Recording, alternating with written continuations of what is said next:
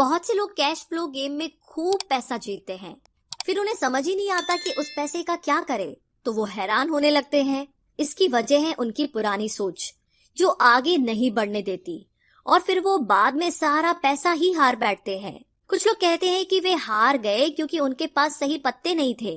बहुत से लोग इस तरह जिंदगी में सही मौकों की तलाश में बैठे रहते हैं। कुछ लोग तो सही मौका मिलता भी है तो उसका फायदा नहीं उठा पाते, क्योंकि वो कहेंगे कि उनके पास पैसा ही नहीं था। अब कुछ ऐसे भी होते हैं जिन्हें पैसा और मौका दोनों मिले, फिर भी वो कुछ हासिल नहीं कर पाए, क्योंकि एक्चुअली में वो समझ ही नहीं पाई कि ये एक अपॉर्चुनिटी है।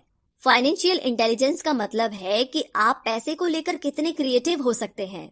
अगर आपको मौका मिलता है तो बगैर पैसे के आप क्या करेंगे, और अगर पैसा है मगर मौका नहीं तो उस सूरत में आप क्या करेंगे।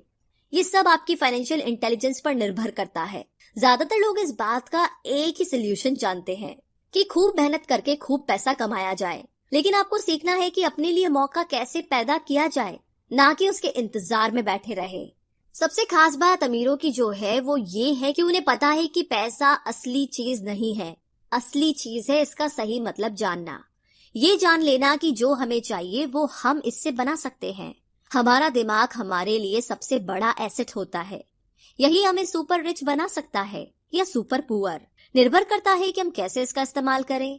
जो लोग सफल हैं उनके साथ कदम मिलाकर चलना है तो आपको ये सीखना पड़ेगा कि पैसा बढ़ाने की चाहत को खुद के अंदर कैसे पैदा करें। आपको अपने सबसे बड़े एसेट यानी कि आपके दिमाग को इन्वेस्ट करने की जरूरत है।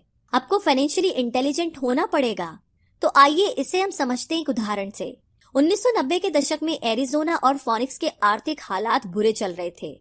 वहां के लोगों को हर महीने $100 बचाने की सलाह दी जा रही थी। बुरे वक्त के लिए पैसा बचाने का विचार कुछ हद तक सही भी है, मगर उस पैसे का क्या फायदा जो आप जमा करते जाते हैं।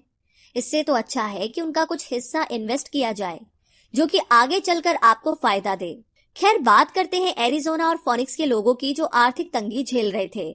ऐसे में इन्वेस्टर को ये एक बढ़िया मौका लगा। लोग जो अपनी प्रॉपर्टी अपने पौने दामों में बेच रहे थे, उसे कई इन्वेस्टर्स ने हाथों हाथ खरीद लिया।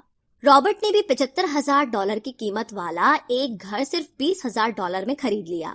इसके बाद उन्होंने अर्टोनी के ऑफिस में एक ऐड दिया, $75,000 वाला घर सिर्फ $60,000 में। बस इसे लेने के लिए ग्राहक टूट पड़े। रॉबर्ट का फोन बजना बंद ही नहीं हो रहा था। ये पैसा उनको उस एसेट से मिलने जा रहा था जो उन्होंने प्राइमरी नोट के रूप में ग्राहक से लिया था, और उन्हें ये पैसा कमाने में केवल 5 घंटे लगे।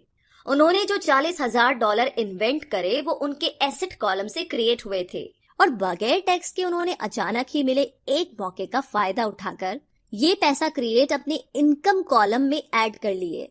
कुछ सालों के बाद ही उनके इस बिजनेस ने इतना पैसा क्रिएट किया कि उनकी कंपनी की कार, गैस इंश्योरेंस, क्लाइंट के साथ डिनर, ट्रिप और बाकी चीजें सब कवर हो गई, जब तक गवर्नमेंट उन खर्चों पर टैक्स लगाती। इनमें से ज्यादातर चीजें प्री टैक्स एक्सपेंसेस में खर्च हो चुकी थी। कुछ सालों के बाद ही जो घर $60,000 में बिका था, अब वो $1,10,000 का था। अभी भी उनके पास कुछ मौके थे, मगर वो इतने कम थे कि उनके लिए रॉबर्ट को एक वैल्यूएबल एसेट लगाना पड़ता, और अपना वक्त भी। तो वो आगे बढ़ गए। उन्हें अब नए मौकों की तलाश करनी थी। अब आप एक सवाल खुद से कीजिए, मेहनत करना भी बहुत मेहनत का काम है। 50% टैक्स भरिए और बाकी बचाइए। अब वो सेविंग्स आपको 5% इंटरेस्ट देगी, और फिर उस पर भी आप और टैक्स भरे।